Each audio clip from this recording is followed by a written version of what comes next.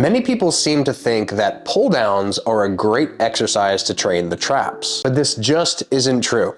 Here's why. There are three portions of the traps: the upper portion, the middle portion, and the lower portion. All three of these traps create upward rotation when they contract. An upward rotation of the shoulder blade occurs whenever your shoulder blade tips in the upward direction, like when you raise your arms above your head. And so now you might be thinking, Ben, are you stupid? Your arms go above your head whenever you do a pull down, so obviously your traps need to contribute, right? Yes, your arms do go above your head in a pull down, but no, still wrong. Whenever you do a pull down motion, the cable pulls your arm upward overhead. But because we are resisting the bar downward throughout the entire range of motion, we're actually creating a force known as downward rotation. And downward rotation is exactly what it sounds like. It's just the opposite of upward rotation. So even when our arms are being pulled upward and overhead, we are still creating a downward rotation force against the bar no matter what throughout the entire range of motion. And this downward rotation force is the exact opposite of what the traps create. Just think of this in a different way. Would you say that your triceps contribute to a biceps curl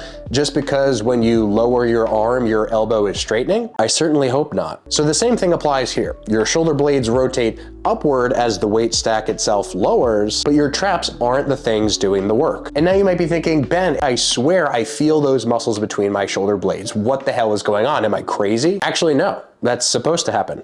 Here's why. The reason that you do feel something between your shoulder blades is because there's another muscle which actually sits underneath of the traps. Actually two, the rhomboid major and the rhomboid minor. And when both of the rhomboids contract, they create a downward rotation force. In other words, they help to rotate the shoulder blade downward and upward in either part of a pull down motion. And this is all because you are creating that downward rotation force throughout the entire range of motion. And along with the rhomboids, the lats, the teres major, and the rear delt all contribute significantly to the pull down. So pull downs do train your mid back, just not your traps, only those two rhomboid muscles. And if you do want to train your traps directly, your bread and butter should be any kind of overhead motion like a raise or a press, any kind of shrugging motion, and any kind of row motion. So pull downs are obviously an awesome exercise, just not for the traps.